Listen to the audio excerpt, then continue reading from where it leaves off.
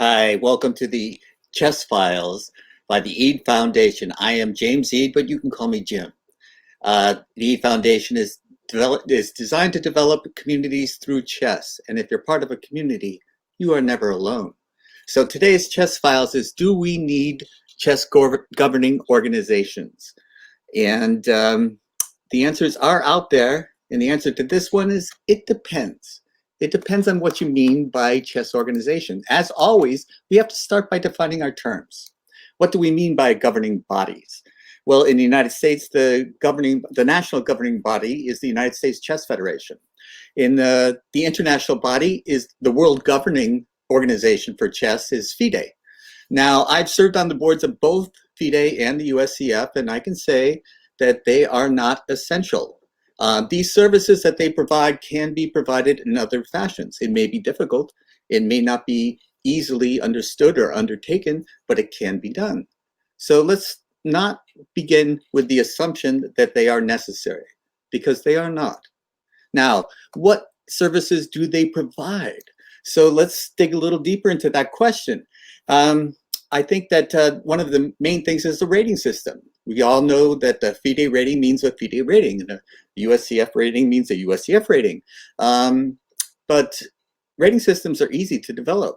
There are many rating systems. And as we move from chess and over-the-board experience to chess on online experience, does that rating correspond to the FIDE rating or to the USCF rating or to the Canadian rating or to the British rating?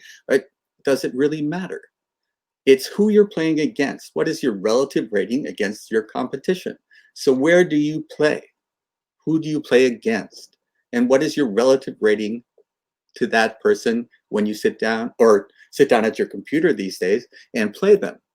So the rating systems are not essential if you're just talking about the people you play against.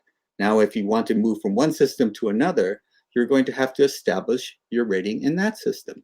So that's easily done, fairly easily. Now, the other thing about these rating systems is there's cheating in online chess, and there are anti-cheating mechanisms, and that's something that is in progress.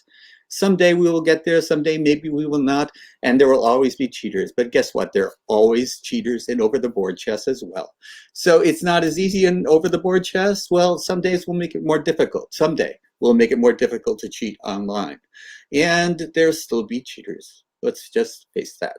But in the higher competitions where you are competing against somebody for something, in that cases, you can have online monitors. You could have certified professionals monitoring the games physically. They could be in the same place physically to make sure that there's no cheating.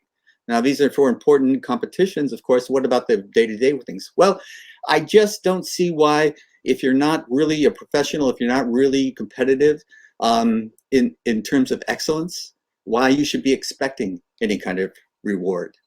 Play for the fun of it. That would be my thought. And so many people just play for the fun of playing. And so this idea of you should be compensated in some way, I think is foreign to the nature of the game. Now, what about things like titles and things like that? These things can be handed out in different ways. Like, you know, what does the Grandmaster mean now? You know, because it's kind of been watered down. When I was growing up, Grandmaster meant a very specific thing, the world's best. And now it doesn't quite mean the same thing. Of course, it means you're an excellent player, but it doesn't quite mean the same thing. So I think if you get, the organizers are the key here. And if you're playing in a situation where the organizer of that event, of that online event, gives you a title of champion of X, then you're champion of X. And the thing is, popular opinion will find out who the best is. So these titles will go away, and the popular opinion will take over. And so how good are you? Well, I have won the title of competition X and competition Y, and so has not won either one. So I can claim a championship title that they cannot. Now, this type of thing might mean more in the future than it means now, but I think it's the way of the future. Now, it really does come down to the organizers, because right now in our over-the-board competitions, organizers bid. to hold an event, and the money basically goes to the chess governing organizations. At least they get a slice of it. And why? Why not let the organizers who are putting the event on, if there's any income, let it go to the organizers. And if it's a high stakes competition, then let it go to the professionals as well. You know, why do we need a chess organization to take their slice of that pie? It just doesn't make sense to me. It can be done without them. So I just think that we have to think of this in a new way. It's a new day. It's a new age.